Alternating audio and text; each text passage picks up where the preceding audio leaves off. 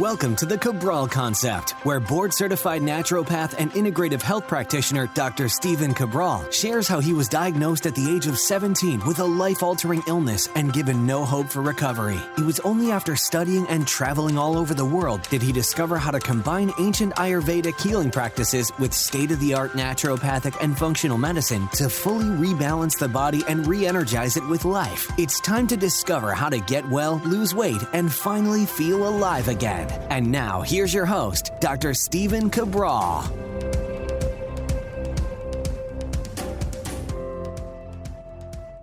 Hey everybody, welcome back to the show. We're here today on the weekend edition of the Cabral Concept.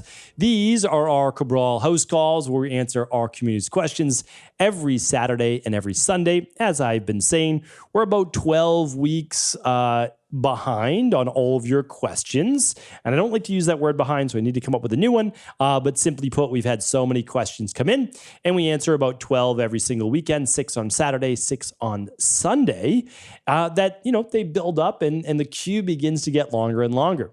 But of course, you can get your question answered every single day by submitting it at cabralsupportgroup.com, and you'll get your typically same-day support Monday through Friday from our amazing coaching team.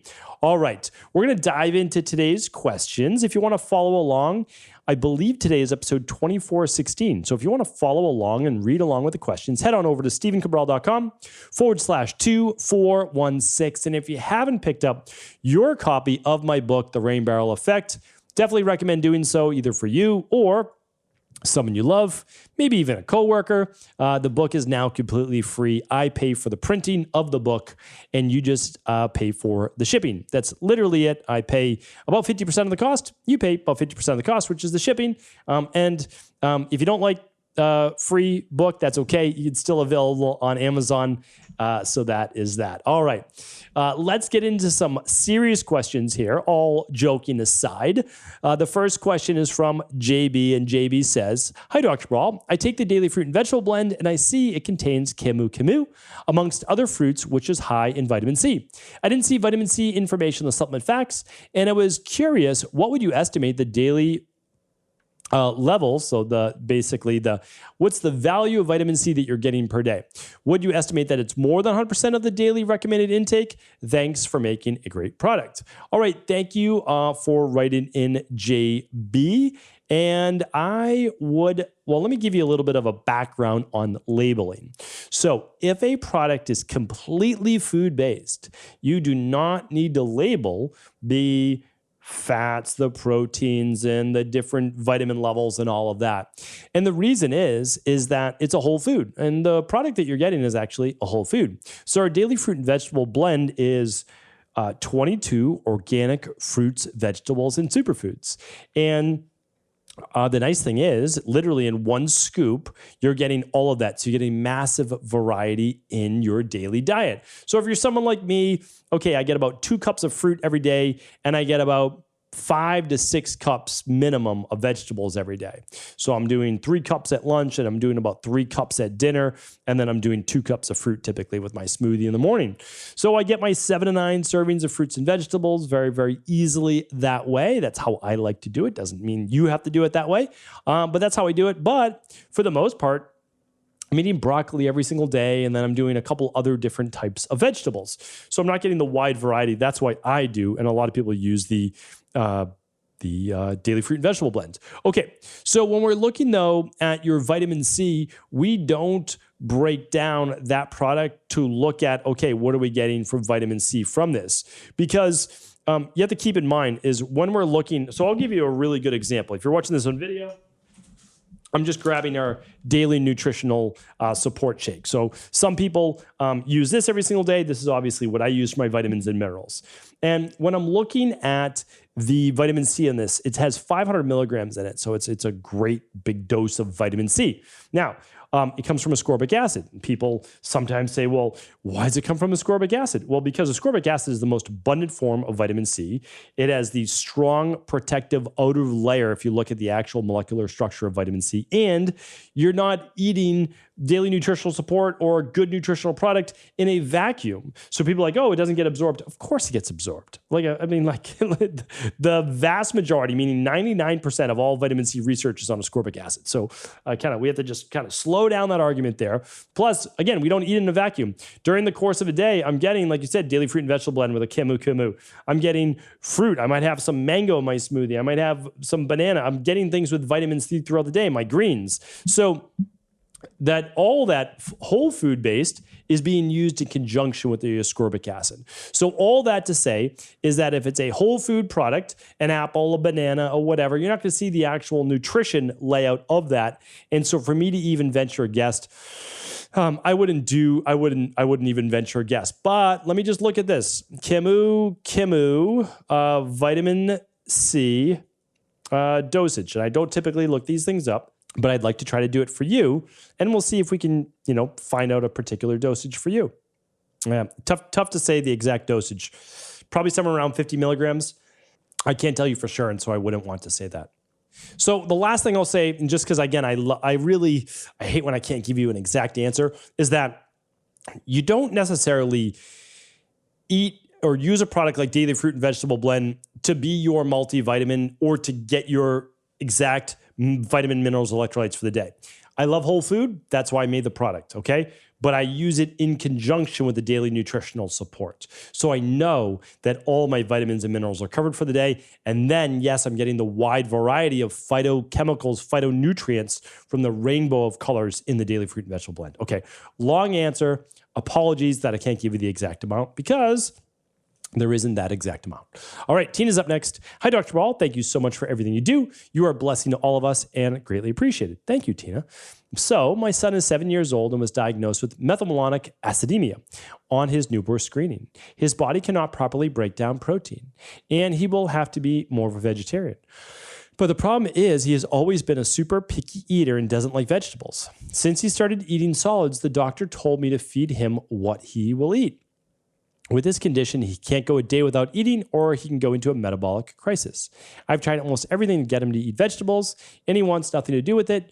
What can I do to get him healthier? The doctors say it's just a stage that some kids go through, and he will grow out of it. Thank you again. Okay, so let's get right into this answer. I have never personally worked with anyone with methylmalonic acidemia, but I know what it is. This is a difficulty. Methylmalonic comes from B12. So B12 means there's B12 in a lot of different types of meat, right? So, or I should say protein in general. So the issue is the body has an inborn error of being able to enzymatically break down that methylmalonic acid or that B12. So sure, more vegetarian-based diet, it's certainly some proteins and fats are going to be just fine. You're going to work with your doctor specifically on this. Of course, I have to give you now my medical disclaimer. I can't provide any medical advice, any medical treatment plans, cures, or diagnosis. All right. So what can we do, though? If we're talking about vegetables, well, not a whole lot of B12 and a lot of vegetables, right? So what we can do is we can say, well, again, this is not the way to go. And again, I'm just throwing this out there, but could you, again, you can ask your doctor, use something like the Daily Fruit and Vegetable Blend, which gets the palate a little bit more used to having vegetables in just a easy to use form like the crisp apple variety. And then what I did with my daughters is I'm always having them eat some. So again, kids in general don't always eat a ton of vegetables, but they usually find some ones that they like. So for example, my first daughter doesn't love broccoli. She used to, and she kind of got all broccolied out. Now she'll eat lots of cucumbers, orange peppers. We'll do all sorts of other veggies, and she loves those, and she eats quite a bit. Both of my daughters eat a lot of fruit as well, so they're getting a lot of their antioxidants through fruit and not just vegetables. And then my youngest daughter, she'll do a lot of broccoli. So every night, typically at dinner, we have broccoli and another type of vegetable. And so she is eating that. And then she has her other types of favorite veggies as well. So, I mean, I would go with a wide variety. And then I'd also do something to dip them in. So again, you're going to have to get specific nutrition-based advice from his registered dietitian. But typically my daughters are dipping them either in a white bean dip, or they'll dip it in hummus or something like that. Olive oil they like to dip it in, which gives it another flavor. And that might help with your child as well. We put a little sea salt on the broccoli, a little olive oil. They love that, and so they'll eat that as well. So hopefully that's helpful to try to work some veggies in there. All right, Noelle's up next. Noelle says, hello. Thank you for all you do. I'm learning so much from your podcast in the short time since I've discovered it. I'm very grateful for the wisdom and resources you provide. My question is regarding recently discovered receding gum line on several teeth. I'm about 25 and I do not have a history of dental issues. I had a root canal in high school, but that's about it. Though I do have chronic pain and numbness and other random problems I've been working through for a decade. Bit of an alarming discovery. I've been scouring the internet attempting to discern how I might have caused this. What would be your primary recommendations to keep this from getting worse or to improve if possible? Okay, so the good news is this. I first was diagnosed with receding gums in my early 20s, like late teenage years, early 20s. All right, for me, like with my perfectionist-based mentality, which is not a good thing, I would like brush my teeth way too hard and my gums started to recede a bit. But also my body was very inflamed. So Noel, what I would do, and so here's the good news. I've never had to have surgery to fix receding gums. My gums have gotten better, and not totally, because again, I caused recession back in the day, but it's been more than 20 years. And so this is what to do. I mean, personally, if you have inflammation, if you have other issues, find out what's causing that. That's actually breaking down the gums as well. And then brush down with a soft toothbrush. So brushing the gums down into the teeth gently is a much better way of doing it. So, I mean, first and foremost, if you can run the Big Five, if you're not able to run the Big Five, maybe run the starter kit plus the inflammation test. That would be a nice one as well. And then start to work from there. Maybe the 21-day functional medicine detox if you don't have a specific protocol built for you. But what we need to do is get the body super healthy, because your gums are a sign of your health. They really are. Your gums and teeth are a sign of how things are going inside your body. All right. Thank you, Noel, for writing in. Mallory's up next. Hi, Dr. Cabral. I submitted a question a couple of months ago about mold and fungus in my sinuses, and your answer helped me so much. Thank you. I had a couple of follow-up questions. I've struggled with mold and fungal and bacterial overgrowth since I was a child. 4 sinus surgeries and an almost constant antibiotics from the age of 4 to 12. I'm 28, and I just am now getting treatment for the root cause. Ochratoxin A, that's a mold marker for everybody else, was at 25 when I last tested in February. Are you able to help me have an idea as to how long I may be detoxing for? I would love to start a family soon, but I am currently seeing biofilm in my stool and urine every day, and it's been almost a year. I have pain in my lungs and anxiety while detoxing. I was strict on my diet for 2 months, but as I begin to introduce more foods, I feel pretty poor. My husband and I moved out of our 110-year-old home that had visible mold to a 10-year-old house. We did get the new house mold tested, and they assured us the house was mold-free. We have since found small amounts of mold in the pantry and kitchen. We also bought some things over from the old house that could have mold spores. Should we get rid of that clothing? Are small amounts of mold spores okay if I have a good air purifier? Okay, got it. All right. So if you, if you know that you already tested high in mold, my opinion, this is what I would do for me. We're doing the CBO protocol. Then we're doing the mold protocol. Okay. In between those, we're doing the intestinal cleanse, which has the binders in it. We're doing infrared sauna. We are making sure that we have a good air purifier in your home that you're rotating through the rooms. Okay. Or that you have 2, one in your bedroom and then one in your main living area, and you can rotate those as well. That you wash and treat anything with mold. So any fabric, anything has to be treated, whether you use borax or something else to just kill that mold.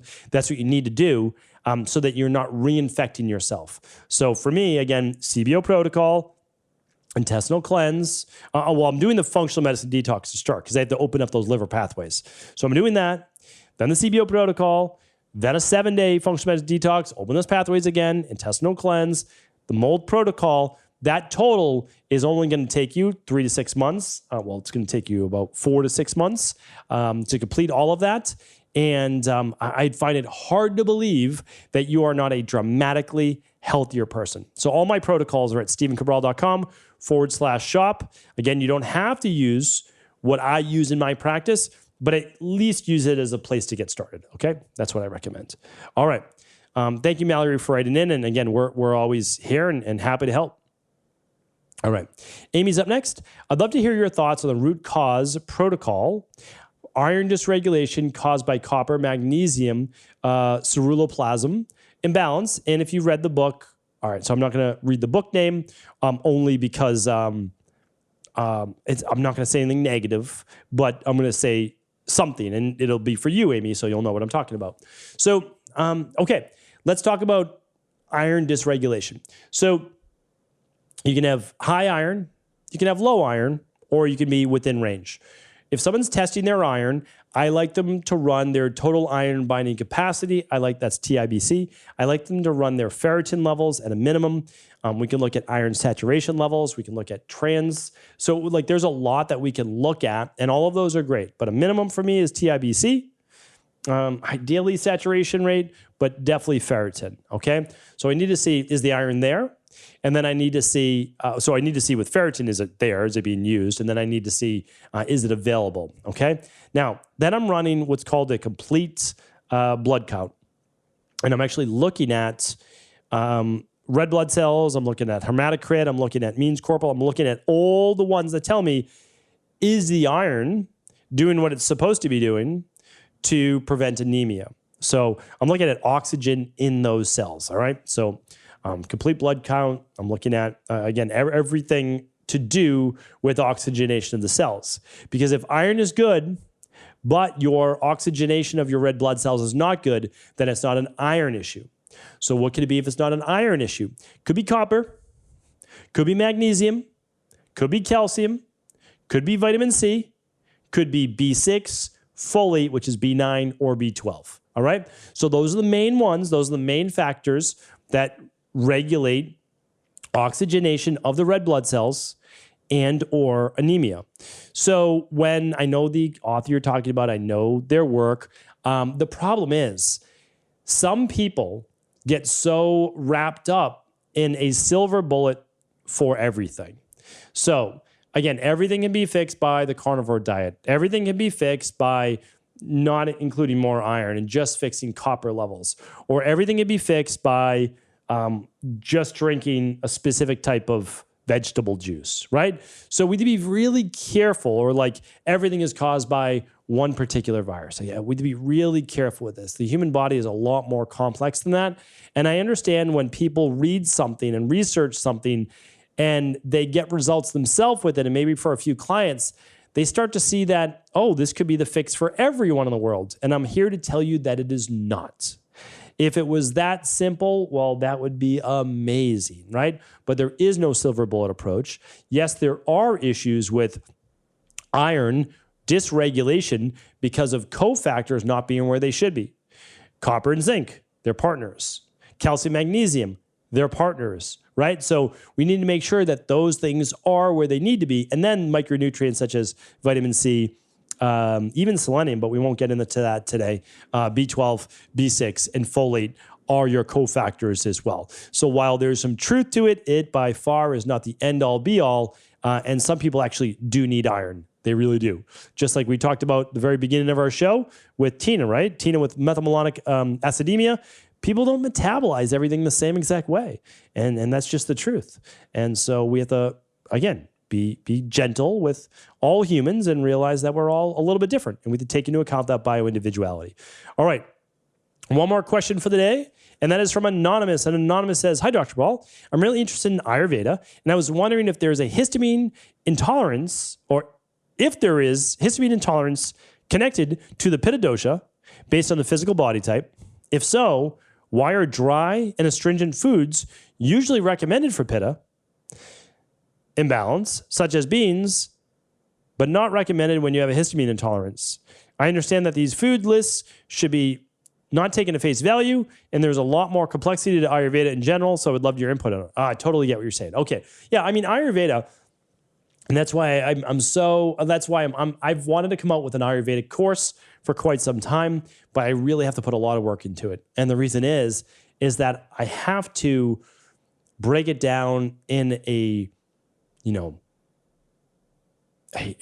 bring it up to modern times, because it's very difficult to understand this amazing, by the way, it holds all the truths. It really does, but it's not apparent at first reading or second reading or maybe even seventh reading, right? But here's the thing. what Ayurveda does is it does not look at individual specific dis-ease states when it's talking about overall dosha diets. Okay, so for example, if we look at Pitta, what is Pitta? Okay, we're looking at heat, fire, water, right? So we're looking at that. What do we then do in order to pacify heat? Cooling foods, okay? What about to pacify the dampness or the wetness or the water?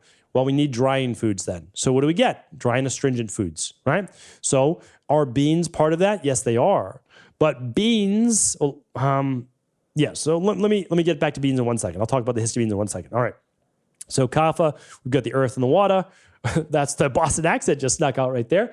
So what do we do? Okay, drying foods, less grounding foods, so lighter foods, right? For the earth, we need lighter instead of heavier, and that's the predilection. And then with Ayurveda, with Vata, we've got more of the air, the ether, and dryness. And so we have to be careful. We need weighted foods. We need grounding foods. And that's why oatmeal and things like that can be really great for the, and heating foods for Vata. All right. But back to Pitta. All right. So what are we going to do? Well, those are the foods that are typically recommended for the body type, the dosha, in order to keep it more balanced. But if there is an imbalance, a dis-ease within the body, some of those foods would actually then have to be shifted. Now, the interesting thing about beans is they are not a high histamine food. So what a lot of experts have done is said that beans are a high histamine food. It's not necessarily the case. So if you've listened to my first histamine podcast on the Cabral concept, I actually talk about 3 different categories, okay? So there's high histamine foods, dry, aged, or spiced. That's basically it, or fermented. So if you want to look at that, that's typically a high histamine food. But I have a whole chart for you. And then if you want to look at the next category, well, they're called histamine liberators. That's where beans fall into. And that means that if histamines are not high in your body, there's not a lot of histamine to liberate. So it's no big deal. But if histamines are high, then it can liberate that histamine, meaning it can make it more abundant. Okay, so that's the issue with beans. And then the last one is the DAO blockers. And so those would be things like teas, which are, again, a pitta-based food or beverage, because it's more astringent. So hopefully that helps delineate and differentiate. And if you don't have that histamine-based list, definitely connect at cabralsupportgroup.com. Ask them for the podcast with the 3 different categories for histamines, and my team, I'm sure, would be happy to get you that. So hopefully this was helpful, everyone. Thank you so much for tuning into today's show. I'll be back tomorrow answering 6 more of our community's questions. Take care, everyone. Have an amazing rest of the weekend. I want to sincerely thank you for your support of this podcast. I couldn't do it without you, and I mean that. I truly do. I also want to make sure you knew that we now have multiple ways for you to find your answers to the most difficult health, wellness, weight loss, and anti-aging questions. You can find podcast-specific topics like thyroid, adrenal, hormones, sleep, digestion, Ayurveda, and many more at stevencabral.com/podcasts that will then link you to your favorite Apple, Spotify, and other podcast players. Plus, all new podcasts and weekly exclusive video content is being added to our YouTube channel at youtube.com/Stephen Cabral. And that's Stephen with a PH. Head on over and subscribe so that you don't miss any of the exclusive content. Lastly, if you've ever found any of my podcasts or books to be helpful, I would really appreciate it if you could leave a review on iTunes or your favorite media player for the podcast. Rating and subscribing to the YouTube and podcast allow me to reach more and more people and help spread my mission of healing throughout the world. Thank you again for being a part of this movement.